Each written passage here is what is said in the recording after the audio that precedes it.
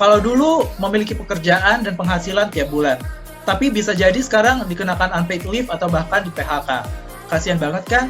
Jadi karena kita nggak tahu apa yang akan terjadi di masa yang akan datang, ada baiknya kita para millennials melakukan perencanaan keuangan.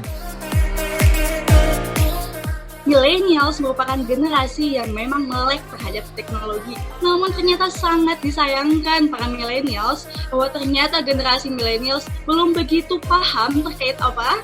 Terkait literasi keuangan. Kalau kita bicara bagaimana mengelola keuangan bagi Anda para milenial, paling tidak ada 5 hal yang harus Anda lakukan. Hal pertama dari 5 hal yang harus Anda lakukan adalah pastikan dana cadangan Anda cukup. Nah, Anda harus punya dana cadangan atau sebagian orang menyebutnya dana darurat atau emergency fund. Intinya adalah bahwa yang namanya emergency fund adalah uang di dalam sebuah kotak yang bisa Anda pecahkan sewaktu-waktu kotak kacanya kalau Anda mengalami resesi atau mengalami sesuatu dengan penghasilan Anda. Besar atau tidaknya perusahaan tempat Anda bekerja saat ini itu tidak menjamin Anda tidak akan di-PHK. Kapanpun orang bisa di-PHK. Tetapi besar dana cadangan yang dibutuhkan, sebaiknya saran saya adalah tergantung dari seberapa besar kapasitas diri Anda. Makin bagus kapasitas diri Anda, makin sedikit jumlah dana cadangan yang Anda butuhkan, tapi makin jelek kapasitas diri Anda, makin besar jumlah dana cadangan yang Anda butuhkan. Taruh jumlah dana cadangan itu di tempat yang tidak mudah untuk diambil, karena kalau Anda taruh di tempat yang terlalu mudah untuk diambil, Anda dengan mudah bilang, wah memang sih dana cadangan, tapi tuh kayaknya ada handphone bagus, ambil uangnya dari situ. Tapi juga jangan taruh di tempat yang terlalu sulit untuk diambil. Kenapa? Karena kalau ada sesuatu, tiba-tiba ada sesuatu dengan penghasilan kita, maka sulit buat kita untuk mengambilnya. Yang kedua, Bapak Ibu, inilah yang harus Anda lakukan. Prioritaskan pengeluaran yang memang penting dan mendesak. Kegiatan di rumah aja itu memunculkan satu penyakit baru. Penyakit apa namanya? Penyakit belanja online. Kalau kita menjadi customer, hati-hati dengan kalimat penjualan. Jangan sampai kita membeli sesuatu tapi yang kita pakai emosi kita, tapi selalulah pakai logika kita. Orang biasanya akan cenderung boros ketika berhubungan dengan aspek yang dia anggap paling penting dalam hidup dia atau aspek yang dia kasih skor tinggi.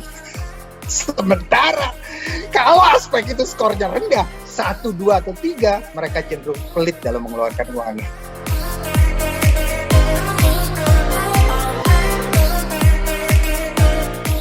Tips ketiga yang harus Anda miliki, ini yang harus Anda ketika miliki asuransi. Bapak Ibu, ini menarik. Kenapa? Karena semua dari kita setuju saat ini kita berada dalam masa namanya masa pandemi. Nah, kita nggak tahu apa yang sedang terjadi Bapak Ibu, tapi Bapak Ibu, pandemi ini mengajarkan kita bahwa yang namanya kematian itu sangat-sangat dekat.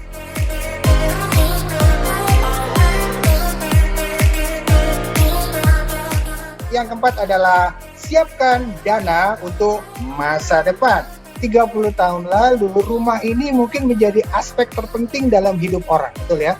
Tapi bagi para milenial sekarang, di mana bagi mereka rumah itu sudah menjadi sangat-sangat mahal, karena setiap tahun kenaikan harga rumah lebih tinggi daripada kenaikan penghasilan, maka pertanyaannya kemudian muncul, emang perlu banget beli rumah?